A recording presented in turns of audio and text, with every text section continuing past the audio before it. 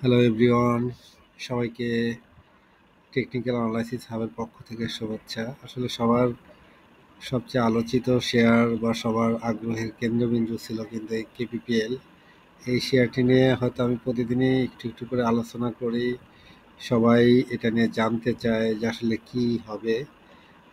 আসলে কিছুই করার নাই। আমরা সাধারণ বিনিয়োগকারী যারা হয়তো কিছুটা গ্রাফ দেখে প্রিডিক্ট করি শেয়ারের প্রাইস কি হবে, যার কারণেই হয়তো কিছু আলোচনা করি, যারা হয়তো এই আলোচনা শুনে কিছুটা হলেও সিদ্ধান্ত নিতে পারেন। এই জন্য আসলে এই শেয়ারটি নিয়ে বারবারই হয়তো অ্যানালাইসিস করা হয়। তো যাই হোক, আজকে খুবই সংক্ষেপে বলবো। শেয়ারটি আমরা দেখতে পাচ্ছি যে অলমোস্ট একই জায়গায় কিন্তু এই শেয়ারটি আমরা পরপর 4 দিন দেখতে পাচ্ছি 29 টাকা লেভেল থেকেই কিন্তু পড়ে যাচ্ছে। অর্থাৎ শেয়ারটি কিন্তু 29 টাকার এই লেভেলকে ক্রস করতে পারছে না। এটা এখন তার একটা স্ট্রং রেসিস্ট্যান্স জোন তৈরি হয়ে রয়েছে। আবার ভলিউমও কিন্তু অলমোস্ট আপনারা দেখতে পাচ্ছেন যে পরপর 4 দিন কিন্তু একই লেভেলে রয়েছে।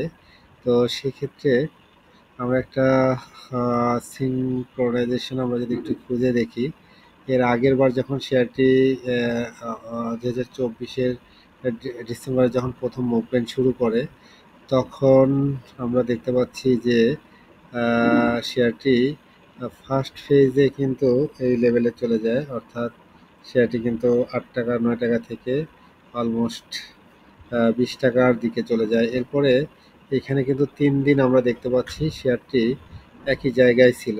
3 দিন থাকার পরে শেয়ারটি কিন্তু আবার সেকেন্ড রাউন্ড কিন্তু মুভ করে, অর্থাৎ এখান থেকে 20 টাকা থেকে আবার 35 টাকা লেভেলে উঠে যায়।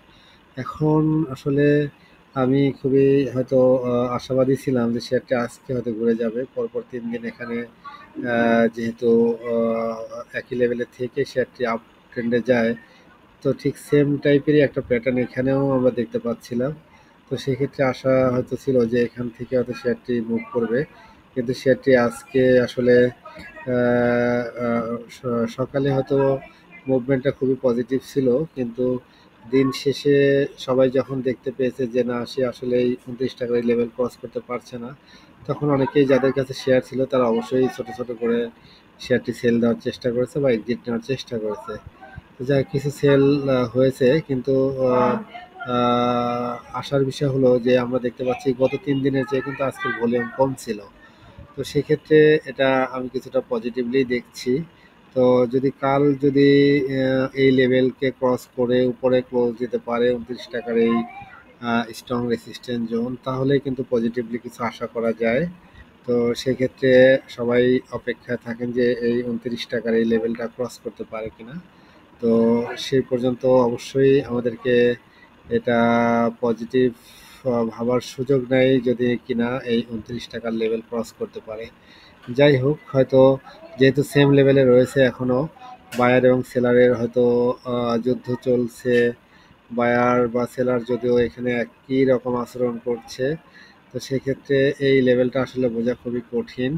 তো সেক্ষেত্রে যেহেতু ভলিউম আজকে কম ছিল, সেক্ষেত্রে আমি এটা একটা পজিটিভ সিগন্যাল ধরে নিচ্ছি। তো সেক্ষেত্রে আশা করি যে যদি কাল এই লেভেলকে ক্রস করতে পারে, তাহলে হয়তো নতুন করে আমরা পজিটিভ কিছু আলোচনা করব ইনশাল্লাহ। তো যাই হোক, যারাই হোল্ড করছেন তারা অবশ্যই জেনে বুঝে হোল্ড করবেন।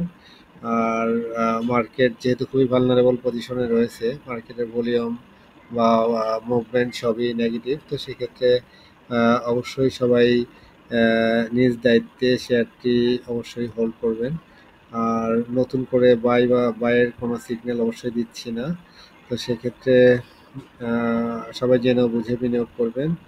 আর যারা আমাকে ফলো করেন অবশ্যই আমার চ্যানেলটি সাবস্ক্রাইব করবেন এবং লাইক ও কমেন্টস করে আমার চ্যানেলের পাশে থাকবেন এবং আমাকে উৎসাহ দিবেন যেন আমি নতুন নতুন শেয়ারের প্রাইস বিশ্লেষণ করে আপনাদের পাশে থাকতে পারি।